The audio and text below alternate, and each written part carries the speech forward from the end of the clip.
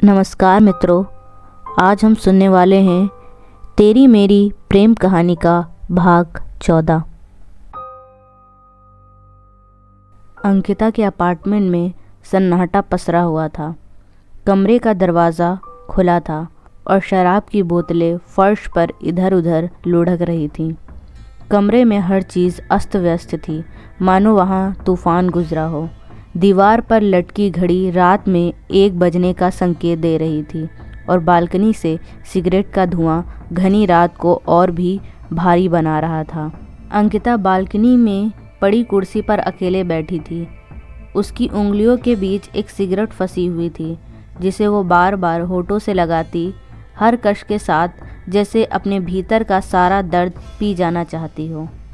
धुएं को अंदर खींचते वक्त उसकी आंखें कुछ पल के लिए बंद हो जाती, मानो वो उस पल को अपने भीतर हमेशा के लिए कैद कर लेना चाहती हो। उसके दूसरे हाथ में मोबाइल था। स्क्रीन पर अभी भी वही नंबर चमक रहा था जिससे कुछ देर पहले वह बात कर रही थी। वो नंबर किसी और का नहीं बल्कि बिट्टू का था। वह बिट्टू को नहीं जानती थी, पर जाने क्यों जब उसका फ़ोन रिंग होने लगा तो उसने उस कॉल को उठा लिया। अंकिता को नशे में इस बात की सुध नहीं थी कि वह किससे बात कर रही है। शायद उसे परवाह भी नहीं थी, लेकिन बिट्टू की आवाज़ में छिपा दर्द, परेशानी और बेचैनी उसे एक अजीब सी सुकून दे गई थी। उसे एहसास हुआ कि वो इस दुनिया में अकेली नहीं थी जो तकलीफ़ से गुज़र रही थी, पर साथ ही मन के किसी कोने में उसे यह ख्याल काटने लगा। उसने खुद से कहा, कम से कम इस लड़के के पास कोई ऐसा तो है जिससे वह अपना दुख बांट सके, लेकिन मेरे पास कोई नहीं है। यह कहते हुए अंकिता की आंखें गीली हो गई थीं। उसकी आंखों में नमी तैर रही थी, लेकिन वो उन आंसुओं को बहने नहीं देना चाहती थी। उसे डर था कि अगर एक बार वो आंसू बहने लगे तो शायद वो खुद को संभाल नहीं पाएगी। उसका मन भारी था। उसने फिर कहा, एक माँ है जो बस नाम के लिए है, ना कोई ममता और ना कोई अपनापन है, और एक बाप है जिसने मुझे आलीशान जिंदगी तो दी, लेकिन कभी ये जानने की कोशिश नहीं की कि मैं जिंदा हूँ। कभी नहीं, कभी ये जानने की कोशिश नहीं की कि उनकी बेटी किस हाल में है, वो किन तकलीफ़ों से गुज़र रही है। हर तकलीफ़ का इलाज पैसा नहीं होती, वो क्यों नहीं समझते। यह कहते हुए वह अपनी उंगली फ़ोन की स्क्रीन पर फिराने लगी। उसने फ़ोन को घूरते हुए सोचा, क्या कभी कोई मेरे दर्द को समझने की कोशिश करेगा? क्या कभी कोई मेरे दर्द में शामिल होना चाहेगा? क्या कभी मुझे इस दर्द से बाहर निकालेगा? उसके दिल के सबसे गहरे कोने में एक और जख्म था, प्यार का। उसने किसी से प्यार किया था, अपनी पूरी दुनिया उस पर लुटा दी थी, और बदले में उसने क्या पाया? धोखा। ऐसा धोखा जिसने उसे अंदर तक तोड़ कर रख दिया था। क्या प्यार सच में इतनी तकलीफ़ देता है? क्या दुनिया में कोई ऐसा नहीं है जो मुझे इस अंधेरे से बाहर निकाल सके? अंकिता ने खुद से ही कहा। उसे बेहद दर्द हो रहा था। ऐसा नहीं था कि वो आदित्य से बेहद प्यार करती थी, पर हाँ, उसके जीवन में प्यार की कमी थी। ना उसे अपनी माँ से प्यार मिला था और ना ही अपने पिता से। शायद अभी तक उसकी ज़िंदगी में कोई ऐसा आया ही नहीं था जिसने उसे इतना प्यार किया हो कि वह अपने सारे दुख दर्द भूल जाए। होने वाले पति के रूप में उसने कहीं ना कहीं आदित्य में वो प्यार ढूंढना शुरू कर दिया था जिसकी उसे तलाश थी, पर आदित्य ने भी उसे धोखा दिया। वो पूरी ईमानदारी से इस रिश्ते को निभाना चाहती थी, पर किसी तीसरे के होते हुए नहीं।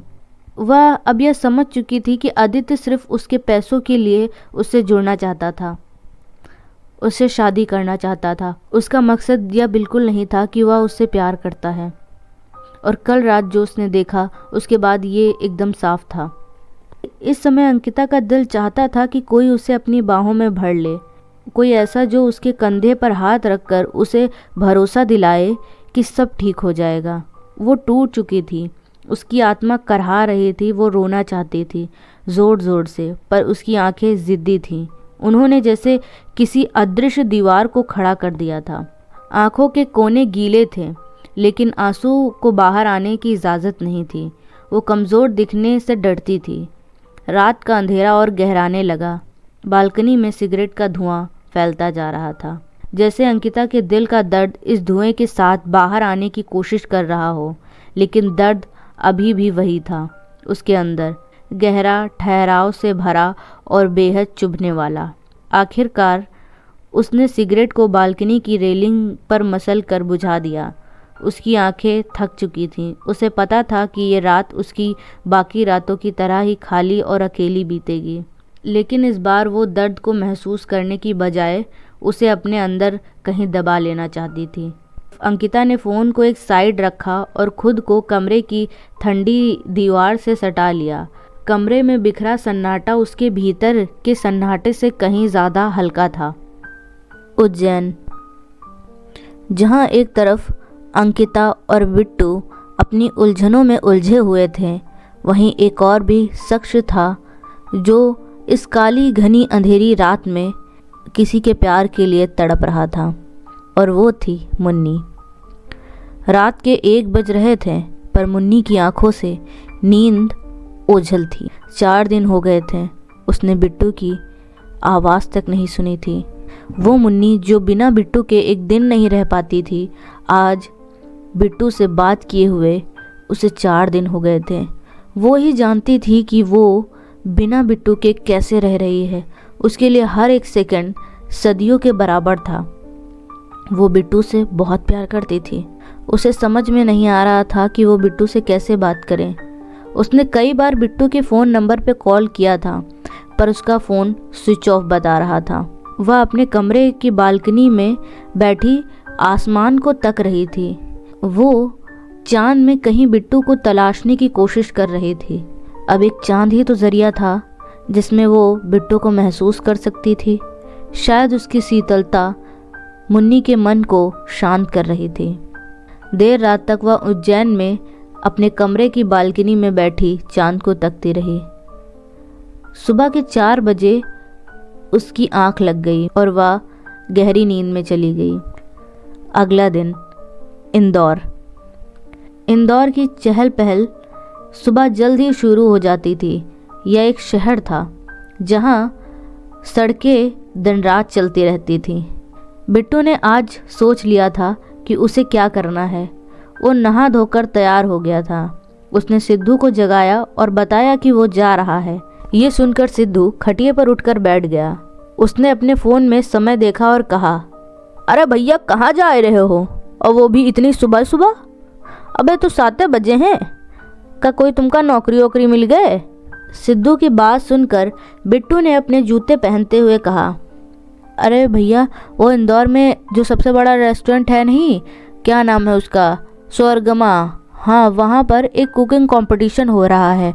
तो मैं सोच रहा हूँ कि नहीं है मेरे पास कुछ करने को, तो कंपटीशन में भाग ले लूँ।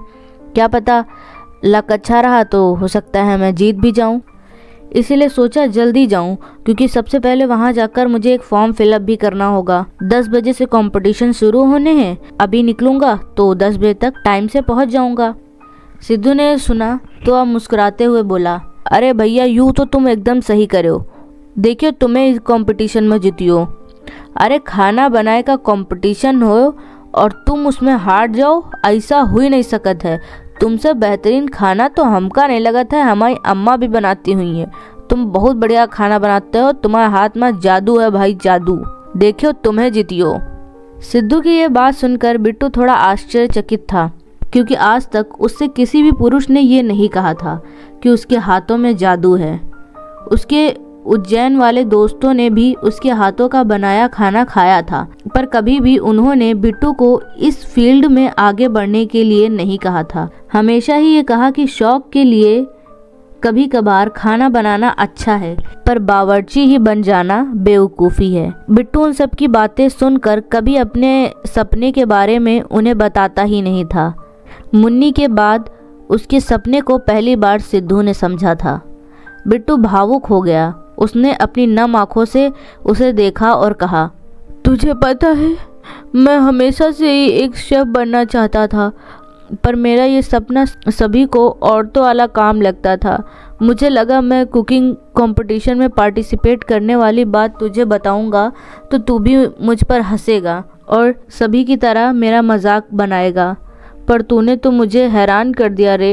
अबे यार, यूं का रोना धोना लगाए हो, हमका यूं नहीं पता कि तुम कैसे हो और तुम कितने अच्छे इंसान हो, पर हाँ, हम इतना जरूर जानत हम कि तुमसे अच्छा खाना इंदौर में तो कोई नहीं बनात हुई है। तुम बहुत अच्छा खाना बनात हो और जितना अभी तक हम तुमका जाने हम उस हिसाब से हम बताई, तुम इंसान भी दिल के बहुत अच्छे हो।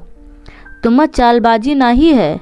जब तुमका पहली बार हम स्टेशन पर देखे थे तभी हम समझ गए थे कि तुम बहुत परेशान हो और तुमका भी कोई हमारी तरह दोस्ती का भरोसा दिखाई के हियाँ बुलाई से, यही मारे हम तुमका हियाँ लेके चले आए। हालांकि उसमें हमारा स्वार्थ था, पर हमारा इरादा गलत नहीं था भाई।